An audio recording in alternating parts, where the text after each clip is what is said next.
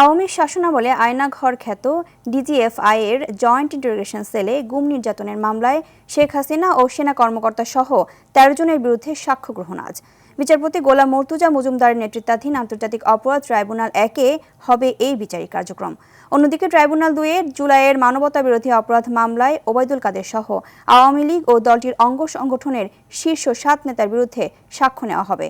এছাড়াও সাক্ষ্য গ্রহণ হবে কুষ্টিয়ায় ৬ জনকে হত্যাসহ ৩ অভিযোগে আওয়ামী লীগ নেতা মাহবুবুল আলম হানিফ সহ ৪ আসামির বিরুদ্ধে। সকালে জেআইসিতে গুম নির্যাতনের মামলায় গ্রেপ্তার ৩ সেনা কর্মকর্তাকে ট্রাইব্যুনালে হাজির করা হয়েছে।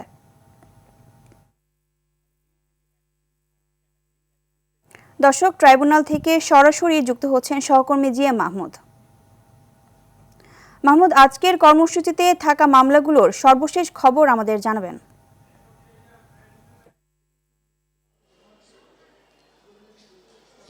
আন্তর্জাতিক অপরাধ ট্রাইব্যুনালে আজ ৩টি মামলা রয়েছে।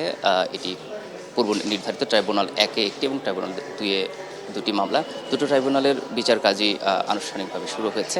এর মধ্যে উল্লেখযোগ্য হচ্ছে আজ কিন্তু জুলাই আন্দোলনের প্রথম শহীদ আবু সাঈদ হত্যা মামলার রায় ঘোষণার তারিখ নির্ধারিত হয়েছে। যদিও ৬ মাসের বিচারিক প্রক্রিয়া শেষে এই মামলাটি রায়ের জন্য অপেক্ষমান ছিল।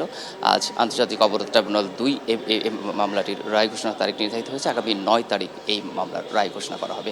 আপনি জানেন যে আবু সাঈদ জুলাই আন্দোলনের প্রতীক এবং প্রথম শহীদ। ২০২৪-এর ১৬ জুলাই রংপুর বিশ্ববিদ্যালয়ের গেটের সামনে রংপুর বিশ্ববিদ্যালয়ের এই শিক্ষার্থী নিহত হন এবং এরপর তিনি কিন্তু এই আন্দোলনের প্রতীক হয়ে ওঠেন এবং তার এই মৃত্যুটা কিন্তু সারা দেশে বেশ আলোচিত হয় এবং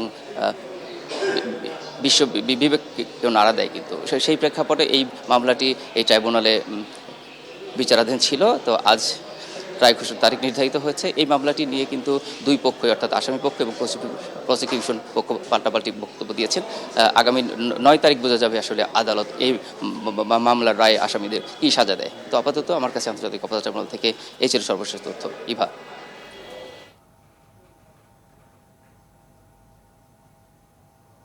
ধন্যবাদ আপনাকে।